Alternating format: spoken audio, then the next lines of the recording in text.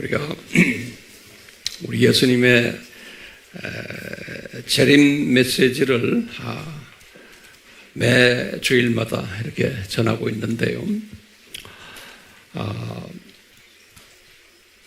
예수님의 재림 전에는 예수님이 그러셨죠. 내 이름 때문에 너희들이 미움을 받고 핍박을 받으리라. 이런 말씀하신 이 말씀대로 우리는 소위 자유세계는 자유세계대로 다원주의에 선호하는 분들을 통해서 우리가 이런 핍박을 받는데, 소위 비자유세계는 이 다원주의 이슈가 아니고 더 근본적인 예수 그리스도가 하나님이시다, 구원자라는 이 이슈 때문에 핍박을 받아요. 이제 그런 나라들, 어느 나라라는 것은 여러분들 다 아실 거예요. 제가 이번에도 그쪽 나라에 가게 되는데요. 거기는 지금 상당히 힘들어요. 예수님의 옛자만 말해도 문제가 야기되고 여러 가지 어려움이 닥쳐오는 나라인데, 그래서 그 나라는 기독교인들이 이미 다 등록이 되어 있기 때문에 이분들이 한 장소에서 한 장소로 옮기면은 이미 그 나라의 공안들이 다 알고 있어요. 그래서 함부로 움직이기가 힘든 그런 어려운 상황이 이분들에게 지금 닥쳐오고 있어요. 이런 가운데 어떤 비밀 장소에서 저희들이 이분들을 섬기고 있는데, 거기에서 만나는 것도 쉽지가 않아요. 왜냐하면 방해가 엄청 심해요. 그래서요, 여러분들 기도 많이 하시면서 여기에 동참해 주시기를 바라요. 하시겠어요? 그래서 주님이 예정된 사역자들이, 이 사역자라는 말은 우리말로 표현하면 남은 자들이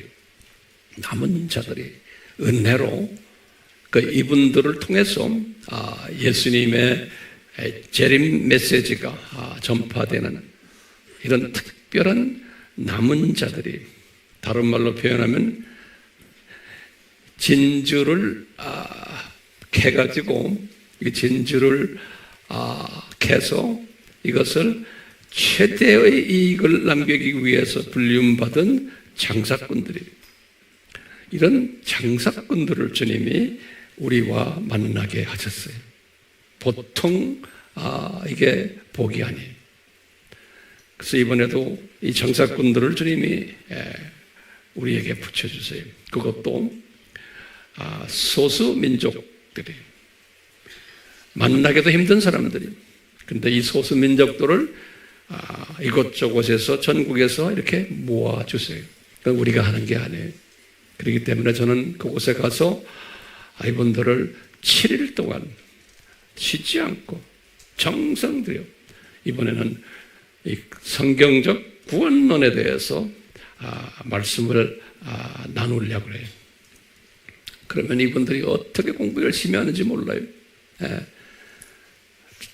낮에 공부하고는 저녁 시간 되면 복습하느라고 잠도 안 자요. 그러면서 공부해요. 노트에 다 적고. 그렇기 때문에 여러분들, 이분들이 왜 공부합니까? 이것을 배워가지고 고향에 가서 또 그것을 전하는 사람들이, 그냥 한번 듣고 마는 사람들이 아니에요. 소위 장사꾼들이. 그러니까 여러분들 기도 제목이 뭘까요?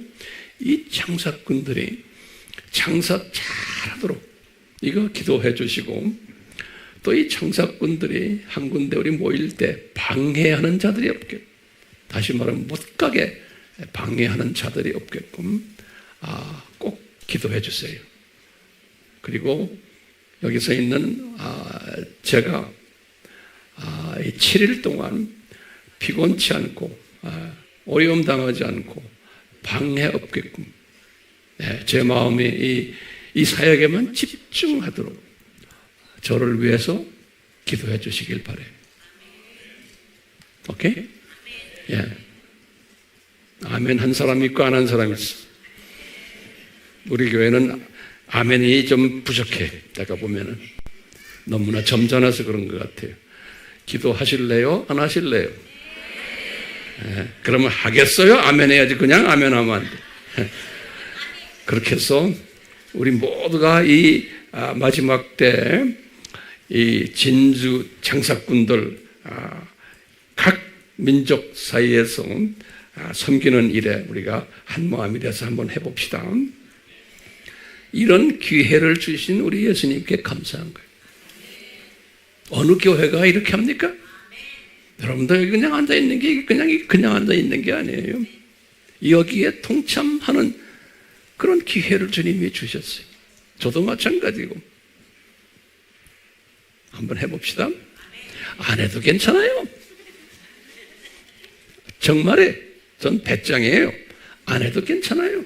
안 해도 주님이 다 하세요. 여기에 꼽살이 끼는 게 이게 똑똑한 사람인 거예요. 예. 할 필요 없어요. 꼽살이 껴달라고 기도하세요. 오케이? 예. 자, 죄송합니다. 이런 꼽살이 이야기해서. 자, 오늘 말씀을 같이 나누기를 원하는데요. 우리 지난 시간에 이런 말씀했어요. 왜 기독교 주류 교단들이 누룩으로 부풀어져 있는가? 라는 말씀을 전했고, 칼럼에도 제가 자세하게 그것을 정리해 드렸어요. 그러면 그 질문에 대한 대답을 우리가 다시 한번 한마디로 정리한다면 뭘까요? 소위 이 대답은 이런 거예요. 신부감들을, 다시 말하면 이 남은 자들을, 장사꾼들을 브레포해 주시기 위해서다. 자, 그러니까 이 신부감들이 눈을 확 뜨게 독수리 시각자가 되게끔 해주기 위해서 이런 잡다한 누룩이 온 기독교계에 퍼지게 하셨다라는 요 정말 아이러닉한 이러한 말씀이에요. 그래서 이 신부감들이 이렇게 독수리 시각자가 됨으로써 저 세상, 이 세상, 저 세상을 쫙 한눈으로 보게 되고요. 그리고 이 세상이 어떤 세상인 것을 볼 수 있는 거예요. 요렇게 된 사람은 그러면서 이 세상은 창조 목적 학교구나. 요것을 보도록 해주고, 그런데 교육 방법이 역기능적 교육 방법이구나. 그래서 이렇게 우리에게 현장에서 역사 안에서 눈높이로 이것을 보여주고 계시구나. 이 말씀을 지난 시간에 같이 나눴어요. 그러면 이것을 어떻게 우리 알 수 있나요? 그럴 때 중요한 개념이에요. 예수님이 1세기 때 이런 일들이 일어날 것을, 누룩이 이렇게 퍼질 것을 미리 말씀하셨어요. 마태복음 몇 장 몇 절에? 13장 33절에. 그 성경 구절 잊지 마세요. 예수님이 미리 말씀하셨어요. 이 교회 시대에 이 누룩이 온 천지에 교회 시대에 퍼질 것을. 그래서 이것을 누룩 디자인 프로그램이라 이렇게 한번 정리해 봤어요. 예수님이 누룩을 이미 디자인하신 거예요. 이것이 퍼질 것을. 그래가지고 이 디자인대로 이루어진 이야기를 제가 모든 데이터를 드리면서 우리 같이 공부했어요. 지금까지 정리됐어요? 그 데이터가 뭡니까? 하면 그건 여러분들이 이제 노트를 다 보시면 아시죠. 그러니까 이 데이터들을 다 외우셔야 되고요. 이제 우리가 이제 주변 분들에게 나눌 때 이 데이터들을 다 우리가 나누셔야 돼요. 자, 그러면 오늘 말씀은 이와 연계돼서 어떻게 전개가 되냐면요. 이 누룩 디자인이에요.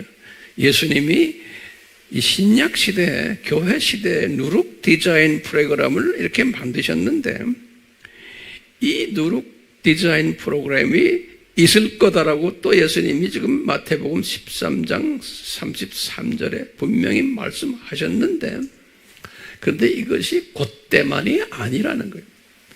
이미 예수님을 기준으로 해서 2000년 전에 아브라함을 부르실 때 이미 이 디자인이 이미 예수님이 결정하신 거예요. 그러니까 1세기 때에 말씀하셨지만 이 말씀은 이미 예수님 당시에서부터 2000년 전에 아브라함을부터 시작을 해서 이 디자인이 이 프로그램이 진행될 것을 예수님이 이걸 다 미리 구약에서 그림자로 보여주신 거예요. 그림자로 또는 예표로, 누룩의 예표로. 그럼 어떻게 보여주셨느냐? 첫째, 우리 아브라함에게 예수님이 뭘 보여주셨냐면 이게 아브라함과의 계약이에요. 우리 잘 아는 창세기 15장 13절에서 16절이 이 말씀은 뭔가 하면 예수님이 아브라함에게 장차 내 후손들이 이방 나라에 가서 400년 동안 노예 생활을 하다가 이 땅으로 돌아오리라. 이 말씀 우리 잘 아는 말씀이에요. 이 말씀을 아브라함에게 하셨어요. 근데 아브라함은 그 뜻을 잘 몰랐었다고 저는 생각하고 있어요. 그냥 듣기만 했는데 이 말씀이 그대로 우리 요셉 때에 이루어져 가지고 애굽 땅에 가서 400년 노예 생활을 하다가 모세 때 이분들이 이제 나오는 장면이 출애굽이라 그러죠. 예, 모세 때 주전 1500년 때예요. 이제 모세 때 이제 나오는 장면이. 그러니까 지금 이 모세 때 나올 때 딱 보니까 모세 시대에 이 아브라함과의 계약이 실현되는 거예요. 이 실현되는 거예요. 그것을 우리가 출애굽이라 그러죠. 예. 그런데 출애굽 때 지시한 것이 하나 있어요. 너희들 출애굽 때 6월절이라는 절기를 이제 지켜라. 6월절. 이때 너희들이 반드시 먹어야 되는 빵이 하나 있단다. 그 빵이 누룩이 없는 빵이란다. 그러는 거예요. 그것을 우리가 무교병이라고 하는 거예요. 누룩이 없는 빵을 반드시 먹어야 된단다. 출애굽기 12장 8절 말씀이에요. 네. 근데 이날에 누룩이 없는 빵과 같이 먹는 것이 있단다. 그거예요. 뭐냐? 어린 양 고기를 먹는데 그 어린 양은 3가지 조건이 있단다. 흠이 없어야 되고 1년 되고 그 다음에 수컷, 다 예수님을 상징하는 거죠. 이런 흠없고 1년 된 숫 어린 양 고기를 먹어야 된단다. 출애굽기 12장 5절 또 8절 이렇게 되어 있어요. 이 고기와 함께 누룩이 없는 빵을 먹어야 된단다. 그리고는 쓴 나물과 함께, 여기에 자세한 것은 제가 구원론에서 말씀드렸어요. 그래서 이 말씀이 어디에 있냐? 출애굽기 12장 8절이에요. 중요한 6월절 음식이에요. 이 6월절 음식을 먹는데 어린 양도 보면 흠이 없는, 다시 말하면 무교병이나 똑같아요. 이 누룩이 없는 고기예요. 다 예수님을 상징하죠. 자, 누룩 없는 빵에 무교병도 예수님의 말씀이, 하나님의 말씀을, 무교병, 누룩이 없는 말씀이에요. 이 쓴 나물은 우리가 성령님을 이야기해요. 자세한 것은 언제 또 이야기가 있을 거예요. 그런데 이것을 7일 동안 먹으라는 거예요. 근데 7일 동안에는 무교병만 먹으라는 거예요. 7일 동안. 그래서 출애굽기 13장 6절에서 7절에 그랬어요. 이 무교병만 먹으라 7일 동안. 그리고는 이제 나머지 쭉 이스라엘의 역사 속에서 계속 오늘 우리 공부하겠지만 무교병을 먹어라 그러는 거예요. 그 이스라엘 사람들은 평소에 이제 식사할 때도 무교병을 먹어야 돼요. 유교병이라는 건 누룩이 들어있는 빵이 아니고 부퍼진 빵이 아니고 무교병만 너희들 먹어라. 그게 유대인들에게 주신 음식이에요. 레위기 23장 6절, 신명기 16장 3절, 또 민수기 28장 17절이에요.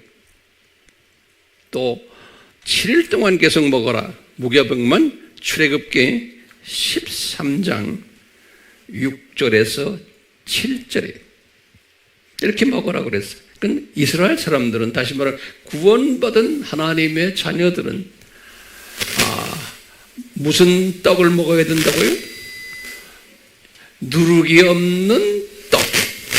다시 말하면 무교병을 먹어야 된다는 거예요.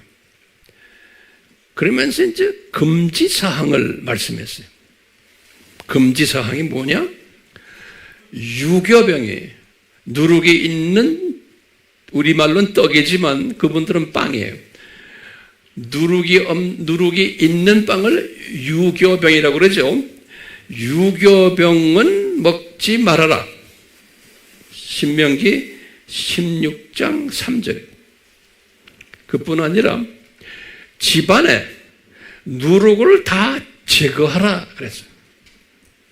출애굽기 12장 15절에.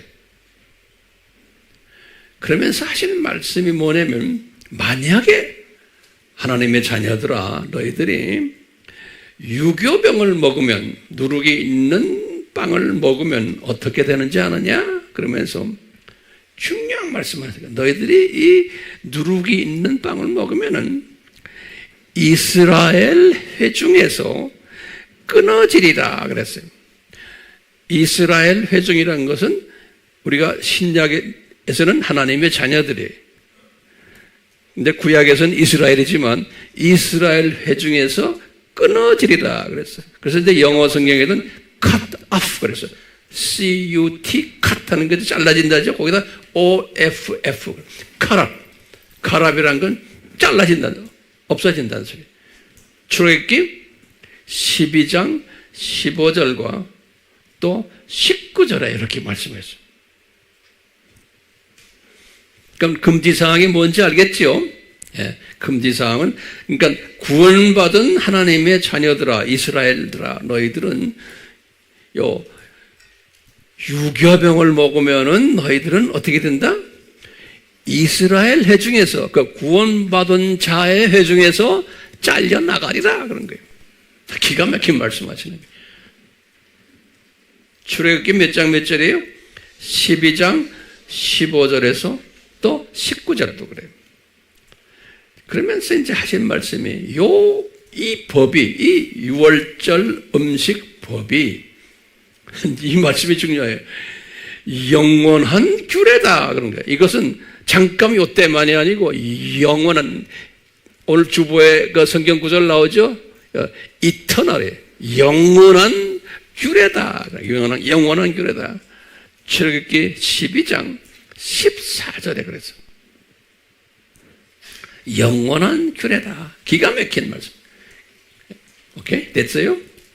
자, 그러니까 우리가 이 7,000년 이 세상에 사는 동안에도 계속해서 이 무교병만 먹어야 되고, 영원하니까 저 세상에 가서도 무교병만 먹어야 되는 거예요. 저 세상에 가서도. 자, 그 다음에 이제 문제가 생기는 거예요. 자, 그런데 오늘 굉장히 조금 어렵지만 잘 들으세요. 그런데 이 말씀을 받은 이스라엘 사람들이에요. 유대인들이에요. 여러분들, 이스라엘 사람이라면 신약에서는 누굴까요? 신약에서는 기독교인들을 이야기해요. 하나님의 자녀들. 그래서 거기다 적으세요. 어디에 그런 말이 나옵니까? 그러면 제가 성경 구절을 드릴게요. 첫째, 로마서 2장 28절에서 29절에, 두 번째, 로마서 9장 6절에서 8절, 그 다음에 갈라디아서 3장 29절, 또 빌립보서 3장 3절, 또 요한복음 8장 37절, 그 다음에 마지막으로 누가복음 3장 8절. 이 모든 성경 구조를 나중에 보시면은, 아하, 구약의 유대인들이 신약에서는 누구다? 기독교인들이다. 그런 거예요. 그래서 이 말 잘 들으세요. 구약에서 일어나는 모든 일들, 이스라엘 역사 속에서 일어나는 모든 일들은 신약에서 기독교인들이 행할 일들을 예표로 보여주는 거예요. 제가 다시 말합니다. 그게 하나님의 디자인이에요. 예수님의 디자인이에요. 구약에서 이런 일들이 나중에 그대로 그림자로 보여줘서 신약에서 기독교인들이 이런 행동을 할 것이다라고 보여주는 거예요. 그러니까 이건 철저한 예정적 측면에서 보는 거예요. 자, 그런 걸 우리가 보면서 오늘 지금 말씀을 볼 터인데요. 예수님이 지금 이스라엘 사람들에게 하신 말씀이, 너희들 이 유월절, 특히 무교병 먹는 거요, 이것은 영원한 규례라는 거예요. 그러니까 그냥 잠깐만, 영원한 규례다. 그러니까 이것을 꼭 지켜라. 그런 거, 꼭 지켜라. 그런데 이제 제가 이 말씀 가지고 성경을 상고하면서 이 구약을 항상 이렇게 우리가 묵상하면서 보면요, 이 이스라엘 사람들이 유월절을 제대로 지키지 않은 것이 성경 속에 기록되어 있어요. 예. 영원한 규례라고 했는데, 다시 말하면 무교병만 우리가 봐요. 무교병만 먹어야 되는데 이스라엘 사람들이 이 말씀을 듣고는 그때부터 모세 때니까 주전 1500년이죠. 예수님 오실 때까지 1500년 동안 대부분의 유대인들은, 이스라엘 사람들은 식탁에 무교병을 먹지 않고 유교병을 먹었어요. 유교병, 다시 말하면 부풀고 맛있잖아요. 무교병은 단단하고 별로 맛없잖아요. 지금까지도 똑같아, 유대인들이. 그런데 이제 우리가 보면 이 무교병을 먹지 않고 유월절도 지키지 않았는 것을 우리가 볼 수가 있어요. 그러니까 다시 말하면 요 출애굽부터 시작을 해서 예수님 오실 때까지 이스라엘들 보면은 이 유월절을 제대로 지키지 않은 모습을 성경에서 우리에게 보여줘요. 우리가 들고 다니는 성경 속에 보면 그 이야기가 구약 이야기예요. 구약 이야기를 딱 보면은 이분들이 하나님의 자녀들이에요. 이분들이 유월절을 제대로 지키지 않는 모습을 우리에게 적나라하게 보여줘요. 그게 구약 이야기. 자, 그러면은 우리 한번 여러분들, 황 목사님 그러면 한번 보여주십시오. 이 이스라엘 사람들이 이 유월절을 영원한 규례라고 했는데 왜 근데 제대로 안 지킵니까? 그걸 한번 보여주십시오. 그래서 제가 열심히 성경을 들여다보면서 이 모든 걸, 이 정보를 찾아낸 거예요. 제가요, 누굴 위해서요? 여러분들을 위해서요. 이걸 찾아가지고 제가 아바에서도 이걸 가르쳤지만 오늘은 더 좀 자세히 말할 거예요. 그래서 쫙 지금 이 칠판에 쫙 나와요. 그래서 이걸 그냥 인포메이션으로만 보지 마시고 잘 보세요. 이제 요 모습이 여기 구약의 모습이거든요. 요 모습이 신약 때 기독교인들이 꼭 이렇게 할 것을 이제 보여주시는 거예요. 구원받은 기독교인들이. 자, 보세요. 그럼 우리 봅시다. 예수님이요. 여기 정확한 연대를 제가 다 계산해서 여기다 지금 여러분들에게 제시해 줬어요. 이 연대 뽑는 것도 보통 힘들지 않아요. 그러니까 쉽게 받았으니까 여러분들은 별 고마움 없이 그냥 쉽게 받아가지고 나중에 다 쉽게 잊어버리게 돼 있어요. 알아요, 제가. 그렇지만 그렇지 않은 분들이 있어요. 또. 그 사람들은 소위 남은 자들이. 네, 자, 보세요. 출애굽을 1446년에 했어요. 요 애굽에서 출애굽, 그래서 요 사람들이 요때 6월절 음식을 먹은 거예요. 여기 출애굽기 12장에 이게 12장 1절에서 28절 요게 6월절 음식을 먹는 이야기예요. 그렇죠? 자, 이렇게 먹은 다음에 이분들이 6월절은 1년에 한 번 지키는 거죠. 왜요? 유대 달력으로 1월 14일 저녁에 6월절이에요. 1월 14일 우리 7절기 다 공부했죠? 이제 아바에 들어가면 다 공부하게 돼요. 이런 기초 지식이 없으면 이거 소화 못해요. 그렇기 때문에 제가 잔소리 같지만 기초 지식이 튼튼해야 돼요. 자, 1월 14일 저녁이 유대 사람들은 저녁 6시 이후부터 날짜가 시작이 되거든요. 그렇기 때문에 14일 저녁 시간이 우리식으로 보면 이제 15일이에요.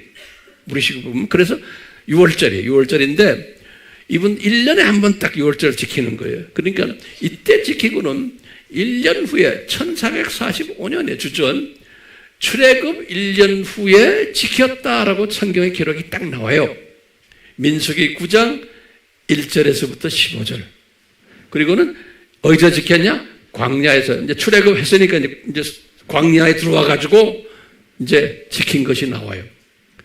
그리고는요, 딱 보면은 광야에서 이분들이 40년 살았잖아요. 요 40년 동안에 요 보면 1407년에 그러니까 여기 지금 45에다가 요거 지금 45에다가 이 46에다가 1407년이면 여기 뭡니까? 39년이에요. 39년에 이세들에게 장차 가나안에 들어가면 6월절을 지킬 것을 명령을 했어요. 그러니까 이세들에게. 그래서 그 내용이 신명기 16장 1절에서부터 8절이 광야에서.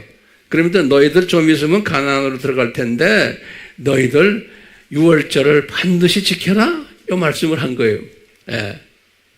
그러니까 실제로요, 이 사람들은 지킨 게 아니죠. 제가 여쭤볼게요.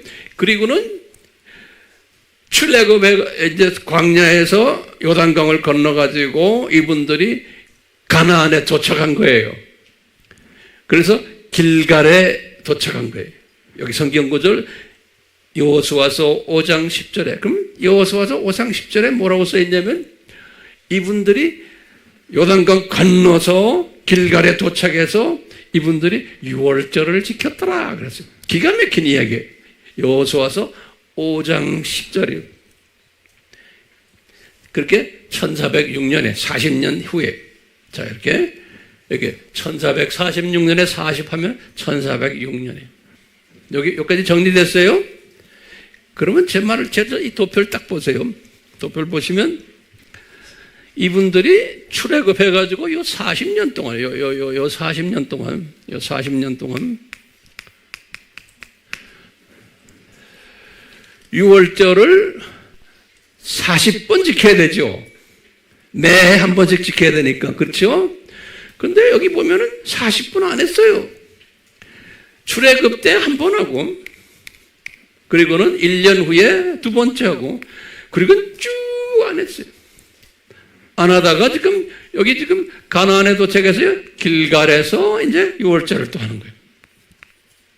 6월절 맞기. 근데 문제는 이거 보세요. 지금 문제는 이 6월절을 이건 영원한 규례다 그랬잖아요. 그럼 해마다 지켜야 되는데 이 사람들이 지키지를 않았어요. 구원은 받고 언제까지요? 가나안에 도착할 때까지 40년 동안. 이걸 우리가 어떻게 이해를 해야 돼요? 구원받은 하나님의 자녀들인데 6월절을 안 지켰다는 말은 뭐예요? 이분들은 무슨 떡을 먹었다는 거예요? 무슨 빵을? 이분들은 내 생각에 유교병 누룩이 들어있는 빵을 먹은 것이 분명한 거예요. 구원받은 하나님의 자녀들인데 잡다한 누룩이 섞여 있는 떡들을 먹었다는 거예요. 이것을 뭘 우리에게 보여줘요? 구원받은 하나님의 자녀들이 오늘날 신약된 이분들도 잡다한 누룩들을 먹을 것을, 누룩이 들어있는 떡을 먹을 것을. 자, 됐어요? 제가 봅니다. 이 도표가 도움이 되세요? 이거 우리 질문이에요, 질문. 그래서 성경을 여러분들 읽으면서 쭉 보세요. 모세오경을 쫙 보면 데이터가 이렇게 나오는 거예요. 데이터가요. 자, 그리고는 요때 여호수아도 이렇게 한번, 여호수아도 그 유명 인사 아닙니까? 이렇게 한번 하고는 여호수아도 그 후부터 6월절을 지키질 않았어요. 예. 이 여호수아도 안 지켰어요. 그러다가 이게 1406년이죠. 약 959년이 뭐냐면 솔로몬 성전이 건축된 때.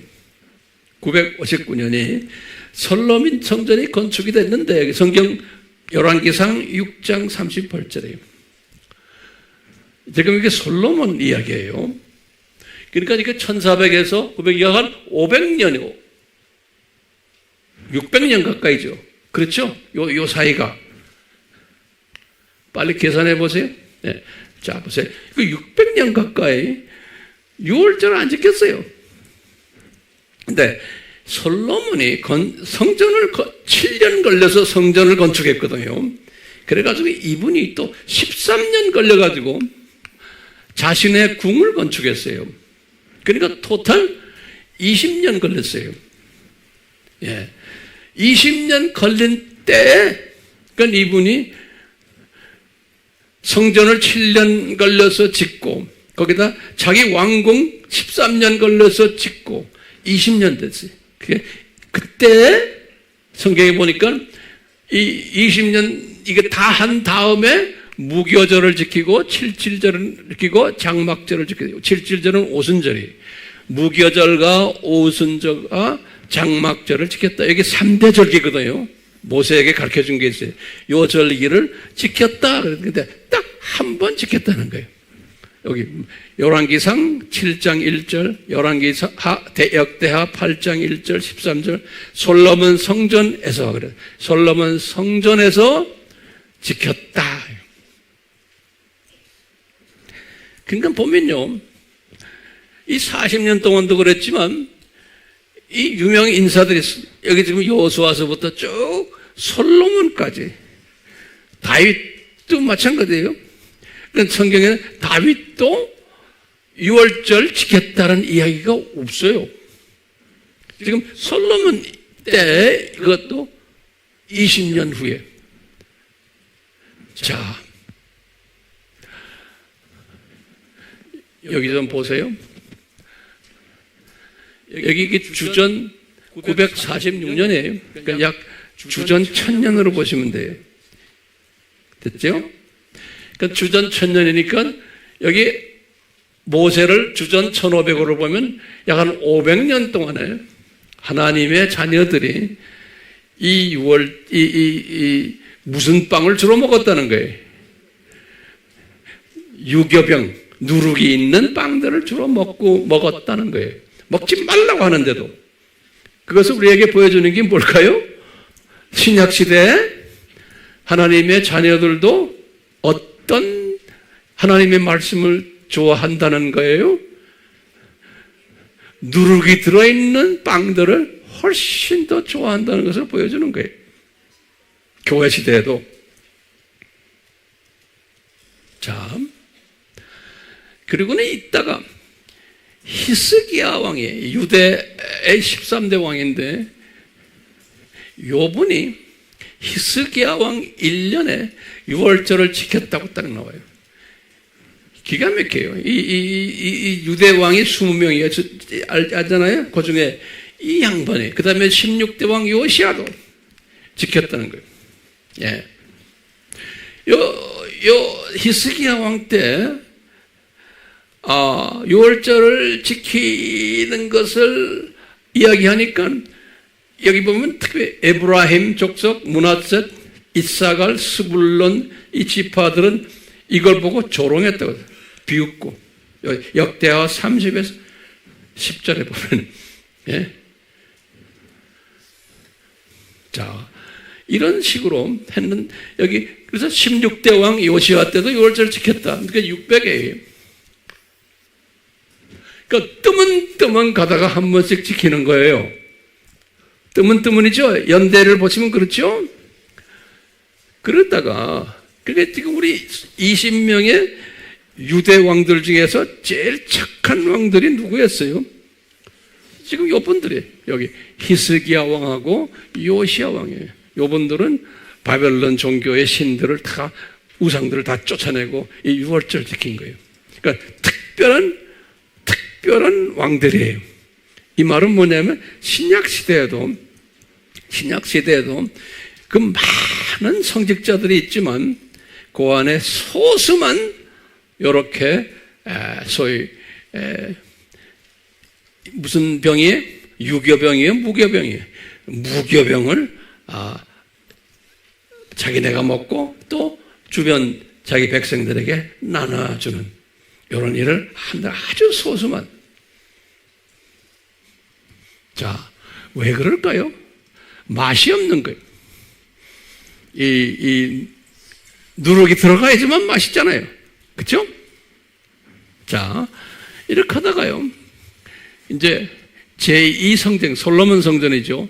보면은 솔로몬 성전을 봉헌할 때 에스라서 6장 15절에서 19절에 보면은 6월절을 또 지켰다 여기 나와요. 그러니까 여기까지 보시면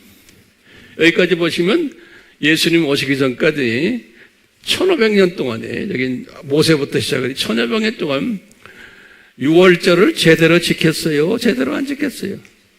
거의 제대로 안 지킨 거예요. 특수한 케이스만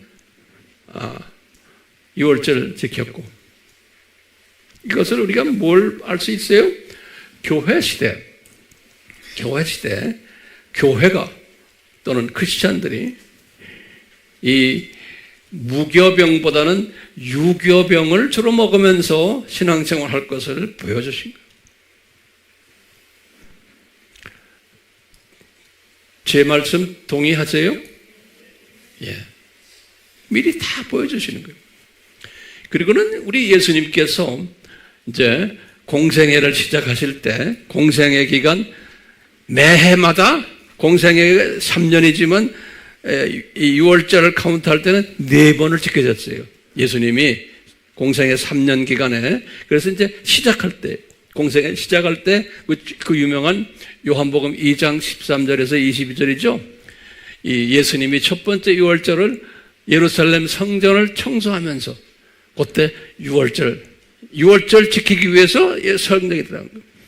두 번째 예수님이 6월절을 지킨 것이 뭐냐면 베데스다 연못이었어요. 여기에 요한복음 5장 1절에서 구조. 이때 38년 된 환자 치료하는 사건이. 세 번째 유월절을 지킨 것이 요한복음 6장에 나오는 요 이야기인데, 이때 오병이어 스토리가 나와요. 이때 예수님이 세 번째 지키시고, 네 번째 유월절을 예수님이 지킨 게 그 유명한 우리 마지막 뭐예요? 성만찬, 마지막 최후의 만찬 이야기 알죠? 최후의 만찬 때의 유월절이, 그 유월절이 요한복음 13장에서부터 17장이에요. 기가 막힌 게요. 요한복음이 전체가 21장까지 있죠? 요한복음이. 그렇죠? 근데 요한복음이 21장인데 요 유월절 스토리만 5장을 하려 했어요. 요한이. 유월절 스토리만. 예수님의 유월절 식사를 하시는 이야기가 13장, 14장, 15장, 16장, 17장까지. 그러니까 요한복음의 전체가 21장인데 그 중에 약 한 4분의 1이 유월절 저녁 이야기가 기록되어 있어요. 요한복음이. 그만큼 여기 중요한 거예요. 예. 그리고는 성만찬 네 번째 이 유월절을 지키시고 예수님이 실제로 유월절 어린 양으로 이제 십자가에서 죽으시는 장면. 이 도표가 정리가 됐죠? 어려워요? 어렵지 않길 바라요. 이렇게 칠판에다 도표 그려주니까 좋아요, 안 좋아요? 좋죠? 이건 누가 썼는지는 여러분도 알죠? 이렇게 이쁘게 잘 써져서 고마워요, 항상. 자, 그런데 몇 가지 우리 질문이 있어요. 여기 지금 봤지만 이 유월절 역사를 딱 보면서 우리가 알 수 있는 게 뭐냐면요. 거기다 노트에 좀 적으실래요? 이 이스라엘 사람들이에요. 그러니까 구원받은 하나님의 자녀들이에요. 구원받은 하나님의 자녀들이 소수만 요 유월절을 지켜왔어요. 그런데 그것도 뜨문뜨문이 소수만 지켰는데 뜨문뜨문이. 다시 말하면 이분들이 유월절 지킬 때 소위 무교병을 그때 잠깐 먹고 평소에는 무슨 병을 먹었겠어요? 유교병을 누룩에 있는 떡을 먹었다라고 우리가 짐작할 수 있어요. 이 말은 뭐냐면 신약시대에 하나님의 구원받은 하나님의 자녀들도 똑같이 그럴 거라는 겁니다. 예. 주로 설교 말씀이나 성경 공부도 누룩이 들어있는 이야기들에 관심이 많고 대부분의 사람들이 이 누룩이 없는 순수한 하나님의 말씀은 별로 접하지 않거나 못하거나 이렇게 될 것을 이 이스라엘의 역사를 통해서 우리에게 보여주시는 거예요. 분명히 이것은 영원한 규례라고 그랬는데 출애굽기 12장 14절에 그걸 지키질 않는 거예요. 하나님의 자녀들이. 그러면 또 질문이 있어요. 왜 예수님이, 전능하신 예수님이 왜 이 하나님의 자녀들이 이 구약 시간에 이 1500년 동안 왜 이런 행동을 하도록 왜 그냥 놔두셨나? 이게 우리 질문이에요. 우선 왜 하나님의 구원받은 하나님의 자녀들이 분명히 영원한 규례라 그래서 매해마다 정확하게 지켜야 되는데 여기에 대해서 순종하지를 않은 거예요. 그럼 예수님이 그러면 뭐예요? 무관심하셨나? 이렇게 하면 질문 던질 수도 있고요. 또는 예수님이 그냥 포기하시고 손 놓으셨나? 하도 말 안 들으니까 이렇게도 우리가 한번 생각할 수 있고요. 또는 예수님이 우리 알메니안적 사고방식으로는 저들의 자유의지에 그냥 맡겨버리셨나? 이렇게도, 또는 포기하셨나? 예수님이 하도 말 안 들으니까 이렇게도 질문이 던져질 수 있어요. 그러니까 알메니안적 사고방식에서는 이런 질문을 던질 수가 있어요. 그런데 우리 예정적 측면에서는 뭐라고 그럴까요? 아하, 이것이 예수님의 퍼펙트 디자인이구나. 이렇게 우리가 또 해석할 수 있어요. 여기서 있는 황 목사는 어떻게 해석해요? 아, 이것은 예수님의 퍼펙트 디자인이구나. 이 말은 뭐예요? 신약 시대에 구원받은 하나님의 백성들이 이런 짓을 하겠구나. 왜냐하면 이 세상은 뭐예요? 이 세상은 창조 목적 학교예요. 하나님의 자녀들을 향한, 그래서 역기능적 교육 방법 중에 하나예요. 역기능적 교육 방법 중에 하나예요. 근데 참 이 질문 중에 질문인 게, 분명히 예수님이 하신 말씀이 뭐라 그랬어요? 이걸 제대로 지키지 않으면, 유월절 제대로 지키지 않으면은 뭐라 그랬어요? 너희들 이스라엘 공동체에서 끊겨지겠다 그랬어요. 그랬죠? 끊겨지겠다고 했는데 이 수없는 이 이스라엘 사람들이 1500년 동안 이 구원받아서, 애굽에서 구원받아서 1500년 동안 쫙 이렇게 오면서 대부분의 사람들이 그러면 끊겨졌나? 제 말 이렇게 따라오세요? 이게 우리 질문이에요. 끊겨졌다는 말은, 이스라엘 공동체에서 끊겨졌다는 말은 어떻게 우리가 해석해야 돼요? 이스라엘 공동체는 무슨 공동체요? 구원받은 하나님의 자녀들의 공동체. 이렇게 거기서 cut off, 끊겨지리라 그랬으니까 엄밀한 의미에서는 뭐예요? 이분들이 구원이 없어지지 않았나, 이렇게도 볼 수 있는 거예요. 굉장히 심각한 이슈예요. 오케이? 이 말씀 그대로 우리가 문자적으로 그대로 보면요.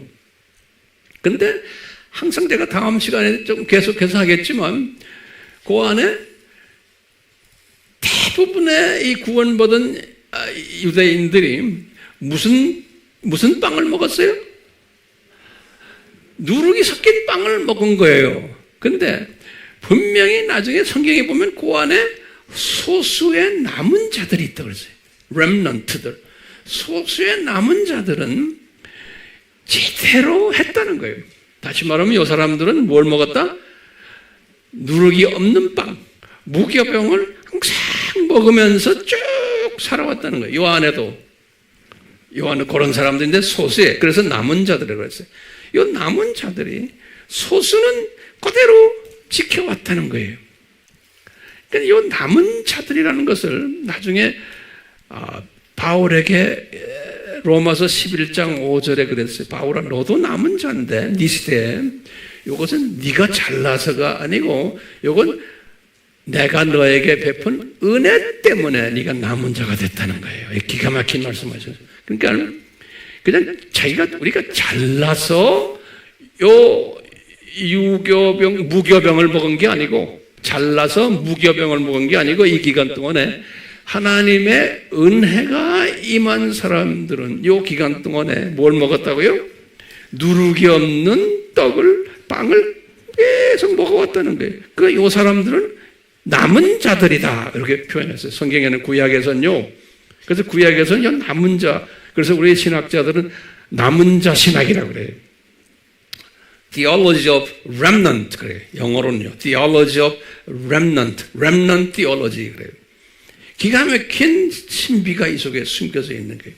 그러니까 남은 자들, 은혜 받은 남은 자들이 있는데, 이 사람들은 제대로 누룩이 없는 빵을 먹어왔다는 거예요. 그 나머지 구원받은 하나님의 자녀들은 누룩이 섞인 빵들을 먹으면서 쭉 예수님 올 때까지 했다는 거예요. 이것은 뭘 말해줘요? 신약 시대에도, 교회 시대에도 대부분의 하나님의 자녀들은 누룩이 들어있는 빵을 좋아하고 그렇게 먹어오고 있다는 거예요. 교회 생활하면서. 됐어요? 그런데 소수만 그렇지 않다는 거예요. 그런데 이 소수가 지가 잘나서인가? 아니에요. 누구 때문에? 예수님이 베푼 은혜 때문에. 누룩이 들어있는 빵을 싫어하는 거예요. 기가 막히게. 예?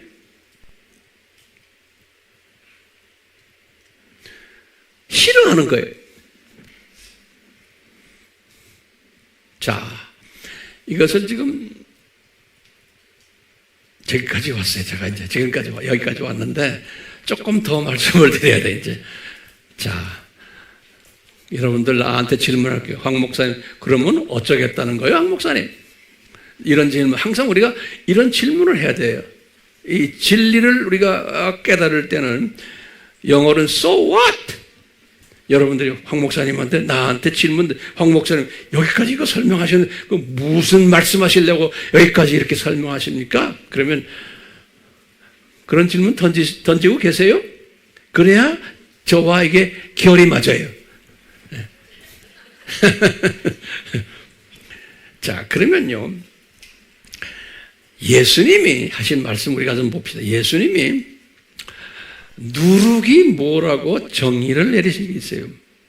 근데 지금까지, 지난 시간까지는 제가 누룩을 한 가지만 이야기했어요. 뭐냐, 누룩을 내가 이번 칼럼에는 두 가지 써줬어요. 오늘 지금 이걸 잘 보시라고. 교회 시대의 누룩을 예수님이 두 가지로 설명했어요. 첫 번째 뭐냐? 마태복음 16장 12절이에요. 이 교회 시대의 누룩인 뭐죠? 첫 번째 이게 바리새인들과 그 사두개인들의 교리다 그랬어요. 그게 뭔지를 알죠? 그것을 누룩이라 그랬어요. 마태복음 몇 장 몇 절이에요? 16장 12절에. 성경 구절을 잘 기억해 두세요. 이 말은 뭘까? 이들의 교리라는 게 뭐예요? 신약 시대에 와서는 지금 오늘날은 이게 종교다원주의, 이 세상 낙원화시키는, 또는 번영신학, 또는 성공신학, 또는 행복신학, 이런 잘잘 신학들이에요. 이런 것들은 제가 볼 때 이게 다 이 교리적으로 볼 때 이게 누룩이 들어있는 빵이에요. 누룩이 들어있는 하나님의 말씀인 거예요. 자, 그러면 이 누룩들은, 이 말씀들은 첫 번째 특징들이 있어요. 인기가 있어요. 요 누룩, 이런 식으로 설교를 들으면 좋아, 인기가 있고 사람들이 쉽게 수용해요. 또 아주 인간적인 거예요.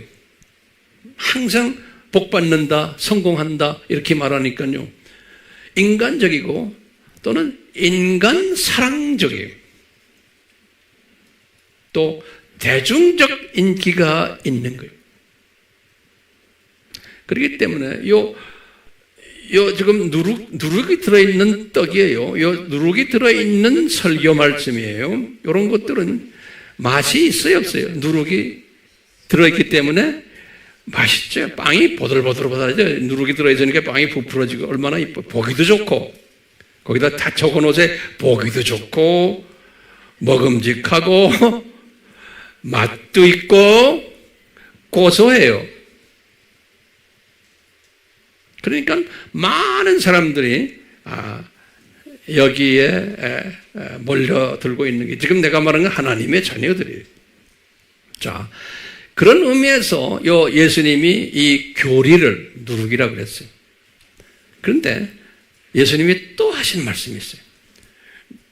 누가복음 12장 1절에는 뭐라고 했냐면, 이것은 위선이다 그랬어요. 위선. 그래서 위선이란 말은 히포크렛. 다시 말하면 우리 외식하는 것을 우리 예수님께서 산상수훈에서 마태복음 6장에 외식하는 자들 하면서 히포크레시라는 단어, 히포크레. 예, 요 외식하는 자들 그러면서 뭐라 그랬어요? 세 부분에서 외식하는 자들이 나온다는 거예요. 마태복음 6장에 뭐예요? 처음에 구제할 때 나팔 부는 사람들, 또 두 번째는 기도할 때 나팔 부는 사람들, 세 번째는 금식을 할 때 나팔 부는 사람들, 이런 이야기를 예수님이 하셨어요. 이 말은 뭔가요? 자기가 인정받기, 종교인으로서. 여기 예수님이 볼 때는 외식하는 자들은, 그러니까 이 사람들 항상 인식하면서, 이런 측면에서의 외식 또는 위선인데, 요 외식하는 것도, 위선 부리는 것도 여기 뭐라고요? 누룩이라는 거예요. 예수님이 누가복음 몇 장 몇 절이에요? 12장 1절이에요. 교리만이 아니고 외식하는 것도. 그래서 우리가 잘 아는 마태복음 23장 13절부터 쭉 36절까지 보면 화이실진저 바리새인과 서기관들이요 하면서 화이실진저 알죠? 그 7가지 화를 이야기 똑같은 이야기들이에요. 이 외식하는 자들이. 그래서 많은 사람들이 그것 때문에 이 구원을 잊어버릴 것을 거기 쫙 예화를 드러났어요. 자, 그러면 이 외식한다는 말이 뭘까요? 외식한다는 말은요, 그 사람에 집중하는 거예요. 그러니까 사람들에게 인정받으려고 하는 기독교인들의 행위들이에요. 그래서 보여주기식이에요.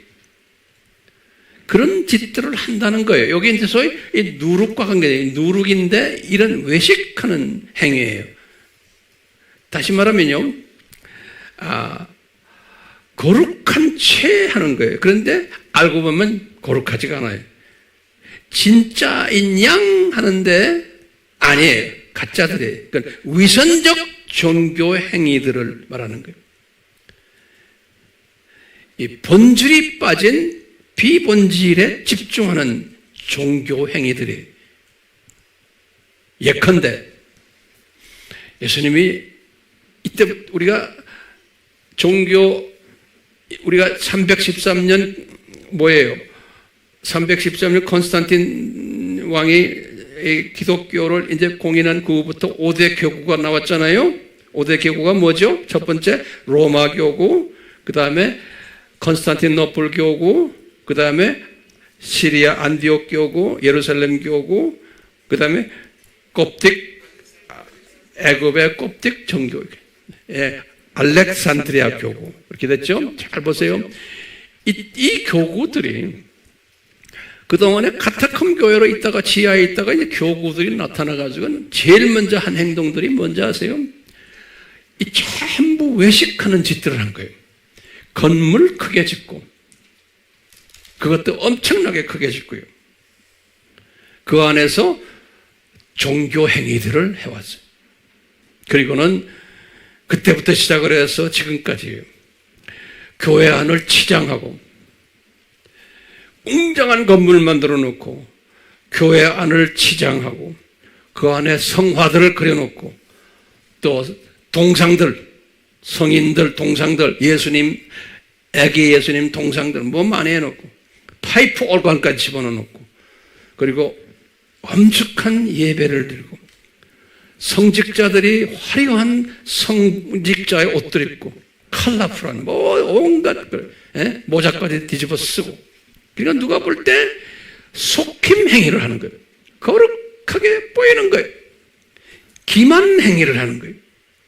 이 가짜 행위들인 거예요. 즉 가짜 거룩을 보여주는 거예요. 그러니까요, 이 위선들을 한다는 거예요. 그것이 뭐라고 그랬어요? 누룩이라. 예수님이 이 위선 행위를 하는 것을 누룩이라 그런 거예요. 누가복음 몇 장 몇 절이에요? 12장 1절에. 그러니까 누룩이 두 가지가 있는 거예요. 첫째는 뭐예요? 교리적인 누룩이 있고, 두 번째는 뭐예요? 위선적인 누룩이 있다는 거예요. 이런 짓들을 한다는 거예요. 이것이 그대로 들어왔어요. 예수님 말씀대로 그대로 교회 시대에 이 두 누룩이 있어 왔어요. 오늘날까지. 그러니까 이 교회 시대 안에 보이지 않는 이 누룩이 없는 진짜 떡을, 이걸 먹는 사람들은 구약 때도 보면 소수 남은 자들에 있듯이 이 교회 시대 안에 각 교단 안에 로마 카톨릭 안에도 그리스 정교회 안에도 시리아 정교회 안에도 애굽 koptic 정교회 안에도 그 안에 소수의 남은 자들이 숨겨져 있는 거예요. 그런데 그 사람들은 힘이 없는 거예요. 똑같이 지금도 똑같아요. 그 안에 또 소수의 남은 자들이 있는 거예요. 근데 우리가 몰라요. 근데 그분들은 핍박 안에 있는 거예요. 각 교단들 우리가 지난 시간에 공부했잖아요. 장로교, 감리교, 침례교, 루터교, 재침례교, 그 안에도 소수의 하나님의 남은 자들이 숨겨져 있는 거예요. 저는 그렇게 생각해요. 네. 이 소수의 남은 자들이 명맥을 이어오고 있다라고 보시면 돼요. 자, 제가 그러면 여러분들에게 한번 질문을 제가 좀 던져볼게요. 분명히 이런 짓을 하면은, 다시 말하면 이 누룩이 들어있는 떡을 먹는 짓, 이 말은 다시 말하면 뭐죠? 누룩이 몇 가지가 있어요? 교리 등으로 위선적 누룩이, 이런 걸 먹는, 이 누룩이 있는 떡을 먹는 이분들은 어떻게 된다고 그랬어요? 이스라엘 공동체에서 끊겨 나가리라 그랬거든요. 출애굽기 12장 15절 19절에. 그러면 어떻게 되는 거예요? 어떻게 보면 하나님의 자녀들이 많다는 소리요, 적다는 소리예요. 이렇게 교회는 많고 뭐가 많아도 이 교회 시대에 하나님의 자녀들이 이 말씀 그대로 문자적으로 우리가 본다면, 아하, 하나님의 자녀들이 많지 않구나, 이렇게밖에 볼 수 없는 거예요. 그러면 이 말씀과 예수님이 하신 말씀과 또 어떻게 연계되냐? 그러면 딱 떠오르는 게 뭐예요? 마태복음 7장 13절에서 14절인 거예요. 좁은 문으로 들어가라. 거기 생명의 문이니 아주 적다 들어가는 사람들이. 그렇죠? 그러니까요, 우리가 지금 수없는 교회들도 있고 오늘날 지금 이렇게 문제들이 이렇게 볼 때 엄밀한 의미에서는 하나님의 자녀들이 교회는 많지만 이게 많지 않을 수 있구나라고 지레 짐작해 보는 거예요. 이게 나도 고민 중에 고민이에요. 예. 제가 그러니까 이렇다 저렇다 저도 모르겠는데 내 혼자만 생각해요. 내 혼자 생각은 뭐냐면 많지 않겠구나 이렇게 보는 거예요.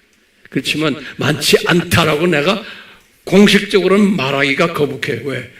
황 목사 당신이 뭔데 이렇게 막 남을 정죄해? 그러면 나도 할 말이 없는 거예요. 근데 예수님의 지금 말씀 속을 우리가 들여다보면은 아하, 이게 많지 않겠구나.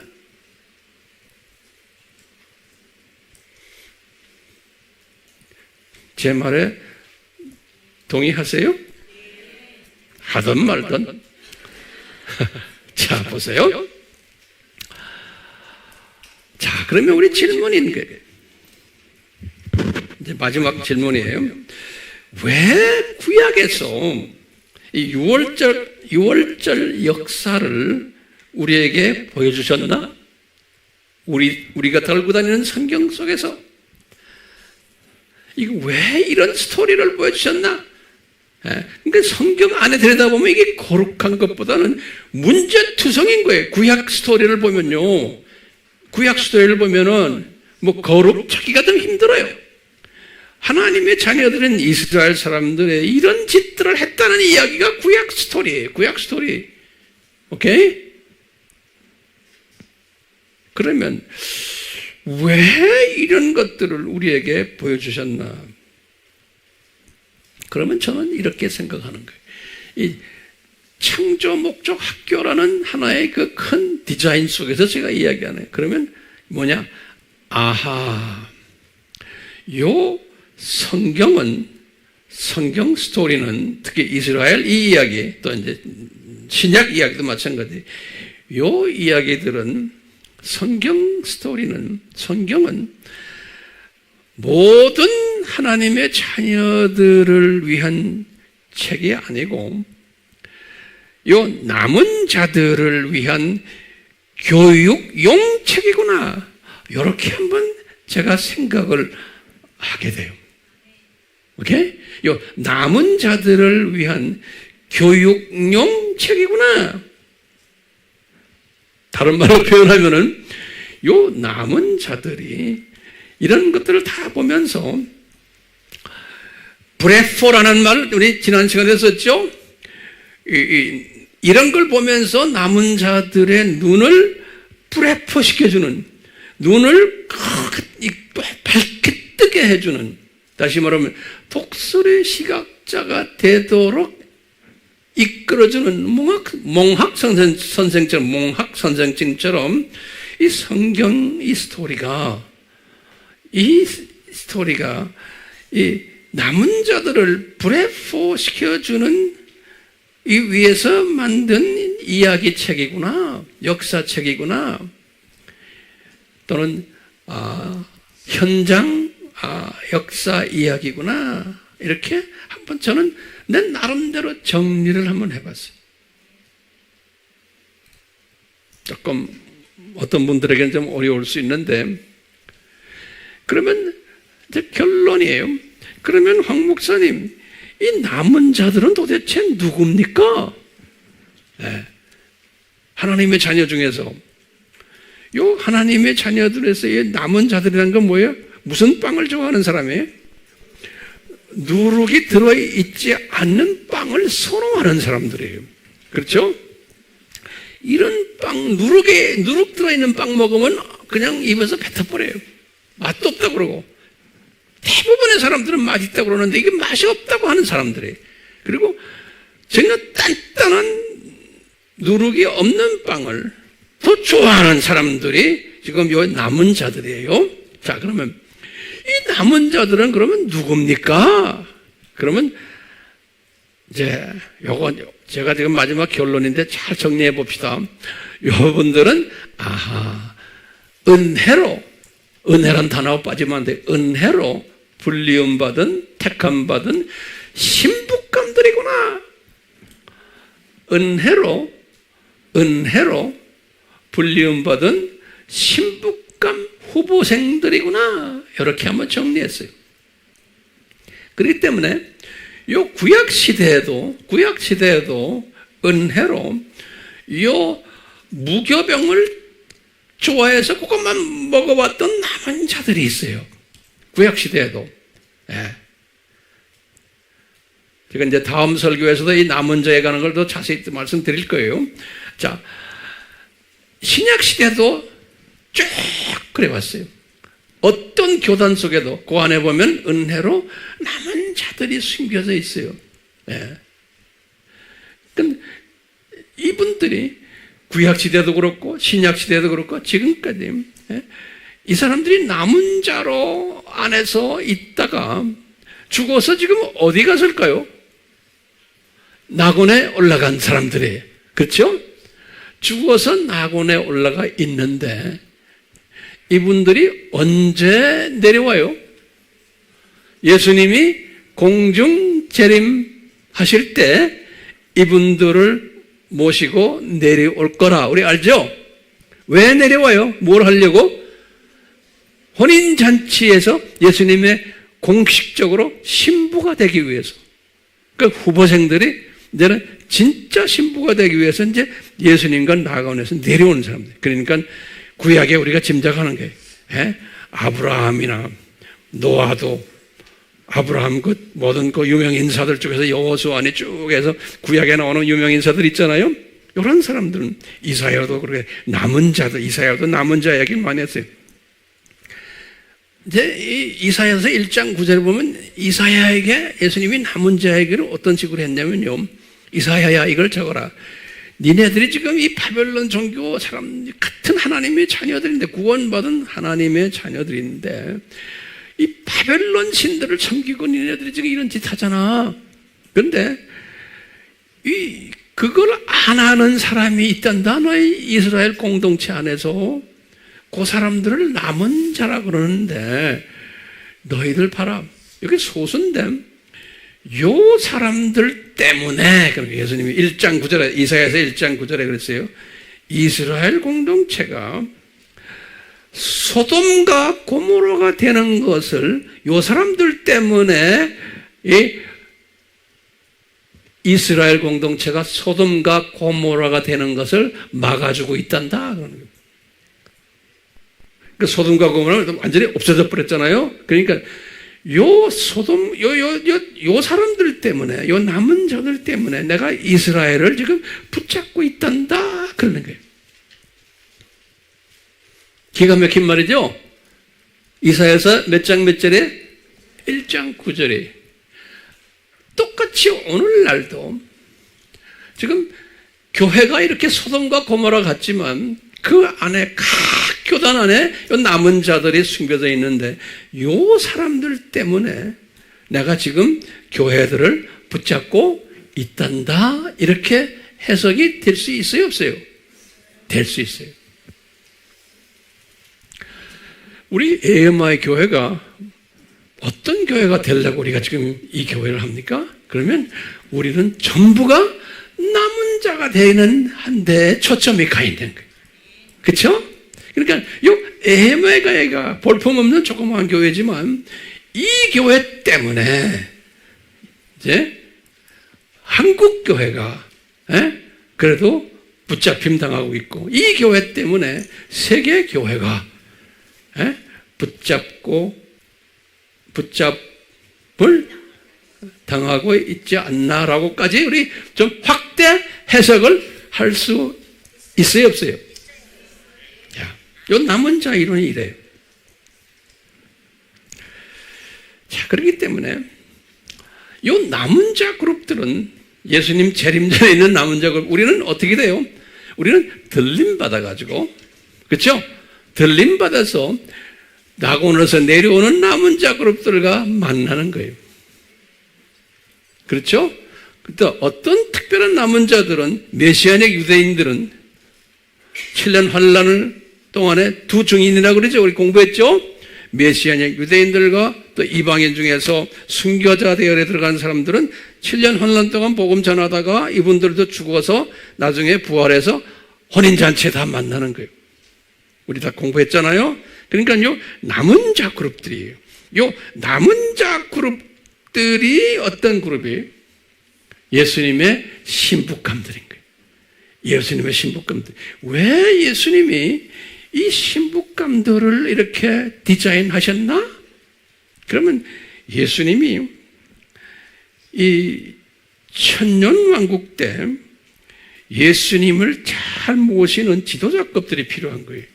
이 남은 자 그룹들이 이때 지도자 그룹 되는 사람들이 계시록 20장 4절과 6절에 그리고는 신천신지에 들어가서도 똑같이 지도자 그룹 되는 사람들 계시록 21장 24절 22장 5절에 그뿐 아니라 영원세계에서 이제 신천진지 영원세계에서 예수님의 창조 목적 동력자 역할을 하는 거예요. 영원히 창세기 1장 28절에 그렇기 때문에 이제 이분들은 다 예수님의 신부가 되는 사람들인데 그러면 이게 결론 중에 결론이 왜 신부라는 단어를 썼나 이거? 예수님이 그러면 우선 남편을 누구보다도 사랑하는 사람이에요. 첫 번째, 남편을, 예수님을 누구보다도 사랑하고, 두 번째는 사랑만 하는 게 아니에요. 이 남편의 아기를 임신해야 돼요. 그렇죠?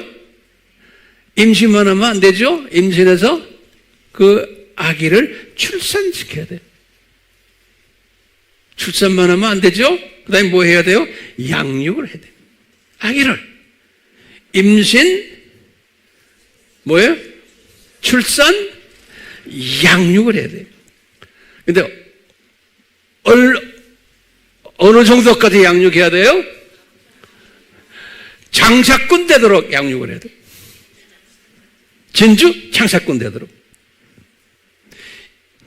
이런 끼가, 다시 말하면, 이렇게 남은 차로, 은혜로, 남은 차로 이렇게 예수님이 예정된 사람은 이 무교병을 먹으면서 이렇게 예수님의 자녀들을 임신하고 출산하고 양육하고 장사꾼까지 되도록 만드는 일에 자기도 모르게 앞장서게 되어 있어요. 예, 앞장서게. 그러면 뒤집어서 한마디 합시다.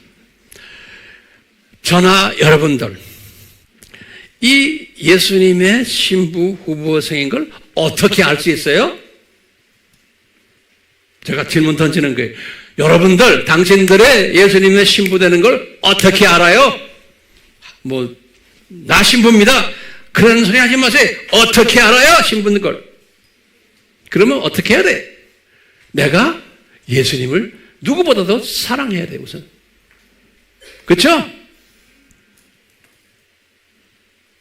그뿐입니까? 그 예수님의 아기를 임신해야 되고 출산해야 되고 양육해야 되고 진주 장사꾼처럼 만들어야 되는 거예요. 네. 그런 사람이 되라고 주님께서 저를 통해서 여러분들에게 매주마다 잔소리하는 거예요. 그걸 잔소리로 듣죠. 거룩한 잔소리죠. 그뿐 아닙니까? 여러분들, 내 민족만 애기 낳으면 안 되잖아요. 우리가 지금 NK 사역 왜 합니까? 우리가 왜 일본 사역합니까? 그걸 해가지고 그 안에 이 장사꾼 후보생들을 우리가 골라내는데 우리가 골라내는 게 아니잖아요. 예수님이 그런 사람들을 우리에게 붙여주세요. 그러면 우리는 어떻게 해야 돼요? 이분들이 이런 과정, 예수님 사랑하고 출산까지 해서 양육하고 장사꾼까지 되도록 우리가 뭐 해야 돼요? 계속 도와주는 일이에요. 그러니까 내가 이 카테고리에 들지 않으면 이 일을 할 수가 없어요. 그러니까 선교라는 게요. 일본 선교, NK 선교가 왜냐? 그거예요. 제가 지금 곧 또 해외 나가잖아요. 똑같은 거예요. 새끼 많이 낳아가지고 막 키우고 그래서 장사꾼 만드는 일에 앞장서는 요 사람들이 신부 후보생인 거예요.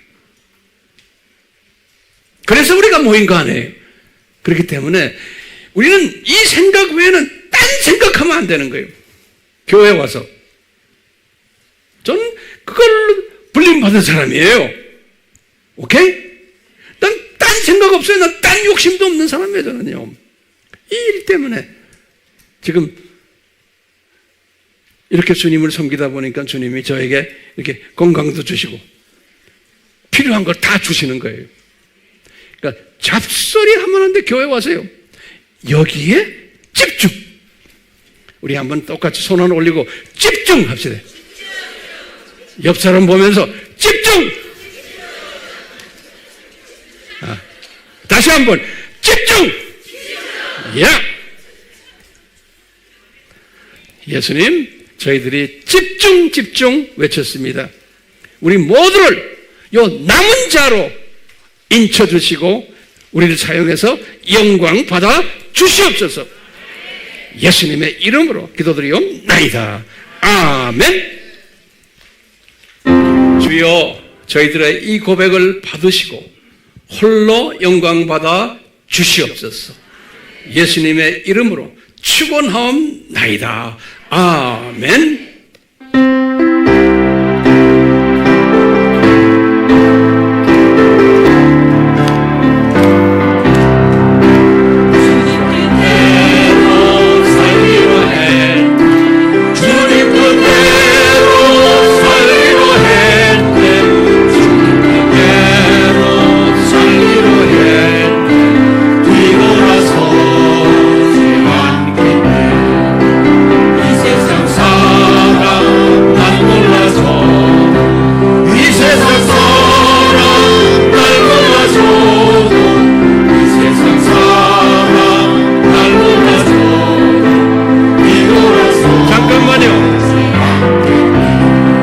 세상 사람이 나를 알아주면 돼요?